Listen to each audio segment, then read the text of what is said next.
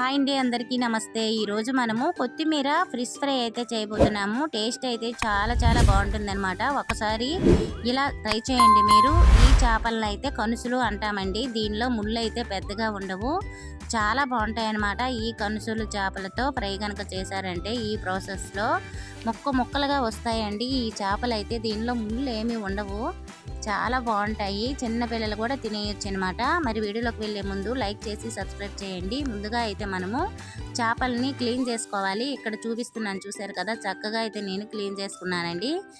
ఇది తోక ముక్క, అలాగే సెంటర్ ముక్క అనమాట. తలపు ముక్కని నేను పులుసు పెట్టేశాను, అందుకు ఈ రెండింటిని నేను ఇప్పుడు పులుసు ఫ్రై చేయబోతున్నాను. ఇక్కడైతే మనం మిక్సీ తీసుకొని హాఫ్ కట్ట కొత్తిమీర కట్టని వేసుకోవాలి. అలాగే కారం కోసము 2 నుంచి 3 పచ్చిమిరపకాయలు కూడా వేసుకోండి. అలాగే చిన్న అల్లం ముక్క, వెల్లుల్లిపాయ కూడా ఇందులోనే వేసుకోండి. నాకైతే ఆల్రెడీ అల్లం వెల్లుల్లి పేస్ట్ ఉందని నేనైతే వేసుకోవడం లేదు. ఈ మిశ్రమాన్ని మెత్తగా మిక్సీ పట్టుకోండి. చూసారు కదా, ఇలా మిక్సీ పట్టుకున్న దాన్ని ఇప్పుడు మనము ప్లేట్లోనైతే వేసుకుందామండి. ఇలాగ ఒకసారి చేయండి, టేస్ట్ అయితే చాలా బాగుందన్నమాట. ఇప్పుడు దీనిలో మనము తగినంత పసుపు, అలాగే కారం, గరం మసాలా పౌడరు, కొంచెం ధనియాల పౌడరు, అలాగే కొంచెం అల్లం వెల్లుల్లి పేస్ట్ కూడా వేసుకుంటున్నాను నేను. ఎందుకంటే నేను ఇందాక మిక్సీలో వేయలేదు కదా. ఇందులో అల్లం వెల్లుల్లి పేస్ట్ కూడా 1 స్పూన్ వరకు వేసుకొని, అలాగే శనగపిండి ఒక 2 స్పూన్లు వేసుకోండి. అలాగే కొంచెం సాల్ట్ కూడా వేసుకొని, నిమ్మరసం పిండుకొని, కొద్దిగా ఆయిల్ కూడా వేసుకొని చక్కగా ముద్దనైతే ప్రిపేర్ చేసుకోండి. ఇక్కడ అల్లం వెల్లుల్లి పేస్ట్ వేసింది స్కిప్ అయిపోయిందండి.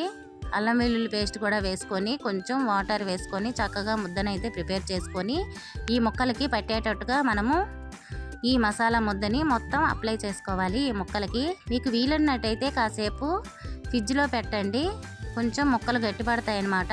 దీనికి ఇలా మసాలా అంతా పుయ్యాలండి. ఇలా చూసారు కదా, నేను మొత్తం మసాలా అంతా పెట్టేశాను చక్కగా. ఇవి ఒక పావు గంట సేపు ఫ్రిడ్జ్లోనైనా పెట్టారంటే చక్కగా ఉప్పు, కారం, మసాలాలు అన్నీ పట్టి మనము ఫ్రై చేసేటప్పుడు బాగా వస్తాయి అన్నమాట, అంటుకోకుండా. అలాగే ఇప్పుడు స్టవ్ మీద ఒక ప్యాన్ పెట్టుకొని 4 టేబుల్ స్పూన్ల వరకు ఆయిల్ వేసుకుంటున్నాను. ఎక్కువ ఆయిల్ ఏమీ అవసరం లేదండి, మనం తక్కువ ఆయిల్తోనే మనము ఫ్రై చేసుకోవచ్చు. తవ్వ ఫ్రై చేస్తాం కదా అలాగా. అలాగే నాన్ స్టిక్ కళాయి అయితే మనకి ఎక్కువ ఆయిల్ అయితే అవసరం ఉండదు. ఇప్పుడు మనము ఆయిల్ వేడెక్కిన తర్వాత మనము మసాలా పెట్టుకున్న చేప ముక్కల్ని ఇందులో వేసేసి చక్కగా చిన్న మంట మీద వేపుకుంటే చక్కగా రెడీ అయిపోతాయి అన్నమాట చేపలు. ఏ చేపలకైనా కానీ ఇలా ఒకసారి మీరు మసాలా పెట్టి ఫ్రై చేయండి, చాలా బాగుంటుంది టేస్ట్ అయితే. ఇలా వేసేసి వెంటనే కదపకుండా 1 నిమిషం పోయిన తర్వాత రెండో వైపు కూడా టర్న్ చేసుకోవాలండి. మరి ఒక్కసారి వెంటనే కనుక మీరు కలిపారంటే ముక్కలుగా ఊడిపోతాయి అన్నమాట. చేప ముక్కలు జాయిన్ అయితే ఉండవు. అందుకేంటంటే వేసిన వెంటనే కలుపుకోకుండా తర్వాత అయితే రెండో వైపు కూడా టర్న్ చేయండి. చిన్న మంట మీద వేపుకోవాలి. చూసారు కదా, చక్కగా చేపలు అయితే వేగాయండి. రెండో వైపు అయితే నేను ఇలా తిప్పుకుంటున్నాను. చూసారు కదా, చక్కగా వేగిపోయాయి ఒక సైడ్ అయితే. రెండో వైపు కూడా వేగిన తర్వాత మనము ప్లేట్లోకి తీసి సర్వ్ చేసుకోవడమే. కాకపోతే ఓపిక మీద వేపుకోవాలండి. పెద్ద మంట పెట్టేశామంటే పైన మాడిపోతుంది, లోపు వేగదు, పచ్చిగా ఉంటుంది అనమాట చేప. అలాగే దలసరగా ఉన్న చేపలు అనుకోండి యాగవన్నమాట తొందరగా. పల్స్గా ఉన్నవైతే వేగిపోతాయి. చూసారు కదా, ఇక్కడ వేగిపోయాయండి చక్కగా. ఇప్పుడు నేను వేరే బౌల్లోకి తీసుకొని వేసుకుంటున్నాను. మిగతావి కూడా అలానే వేపుకోవచ్చు. దీనిపైన కొంచెం నిమ్మరసం పిండుకొని తింటే చాలా బాగుంటాయి. వేడివేడిగా ఇలా ఎన్నైనా తినేయొచ్చండి, చాలా టేస్ట్గా ఉంటాయి అన్నమాట.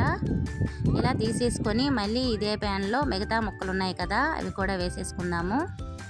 చాలా సింపుల్గా రెడీ అయిపోతాయండి, చాలా టేస్ట్గా ఉంటాయి. మీకు స్పైసీగా కావాలంటే ఇంకొంచెం పచ్చిమిరపకాయలు కానీ కారం కానీ యాడ్ చేసుకోవచ్చు అనమాట.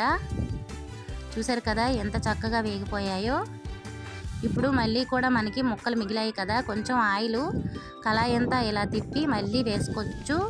మీకు ఆయిల్ కావాలంటే వేసుకోండి. నాకైతే నేను దీని మీదే వేపేసుకుంటున్నానండి, ఆయిల్ అయితే వేసుకోవట్లేదు. ఎందుకంటే చాలా తక్కువ ఆయిల్తో వేపుతున్నాను అనమాట నేనైతే చేప ముక్కల్ని. మరీ ఎక్కువ ఆయిల్ వేసుకున్నా కానీ ఆయిల్ తిన్నట్టే ఉంటుందండి. ఎంత తక్కువ ఆయిల్ పడితే అంత మంచిది మన ఆరోగ్యానికి కూడా. అందుకే నేనైతే కొంచెం ఆయిల్తోనే వేపుకుంటున్నాను చేప ముక్కల్ని. చూసారు కదా ఇక్కడ ఇవి కూడా వేగాయి. రెండో వైపు అయితే టర్న్ చేసుకుంటున్నాను నేను. చాలా సింపుల్గా అయిపోతాయండి. చూసారు కదా ఎర్రగా ఎలా వేగాయో, కలరు ఎంత కలర్గా వచ్చాయో. మీరు కూడా తప్పకుండా ట్రై చేయండి ఒకసారి. మీకు ఎలా వచ్చిందో నాకు కామెంట్ సెక్షన్లో తెలపండి. అలాగే మీ ఫ్రెండ్స్కి, రిలేటివ్స్కి మన ఛానల్ని అయితే షేర్ చేయండి. మొత్తం అయితే వేగిపోయినట్టేనండి. ఇప్పుడు మనం ఒక బౌల్లోకి తీసి సర్వ్ చేసుకోవడమే. ఇవి కూడా వేగిపోయాయి చూసారు కదా.